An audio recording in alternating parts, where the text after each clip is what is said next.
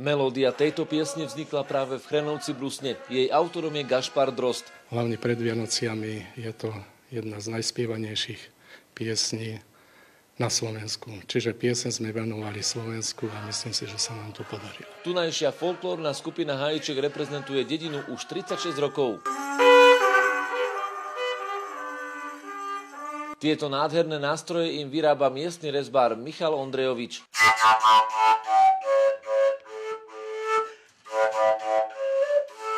Robím fujary, píšťalky, trombity, črpáky, všetko vlastne od toho dreva, čo sa dá. Na fare v Chrenovci Brusne svojho času pôsobil aj známy vynálezca Jozef Murgaš. Sa zachovali aj také dobové informácie, že keď odtiaľto odchádza, tak zakopal tu Murgašov poklad. Starí ľudia si vravia, že tí detkovia kedysi zakopali plný vozík tých jeho inštrumentov, elektrických zariadení. Ľudia z dediny ho niekoľkokrát hľadali, kopali na viacerých miestach. Doteraz sa tento poklad nenašiel. Miestnou atrakciou sú tieto pieskové gule, ktorým je doslova posiatý les nad dedinou. Pieskové gule, ktoré majú priemer až 3 metre, sem podľa legendy vysypali mimozemšťania. Starosta má však iné vysvetlenie. Toto bolo morské dno, bola tu voda a na tom morskom dne nejakým pôsobením, chemickým pôsobením vznikali pieskové gule. V Chrenovci Brusne žije takmer 1400 ľudí. Nechýba tu škola, škôlka, zdravotné stredisko, obchody, športoviská a pribudli aj nové bytovky. Pavol Čertík, televízia Joj.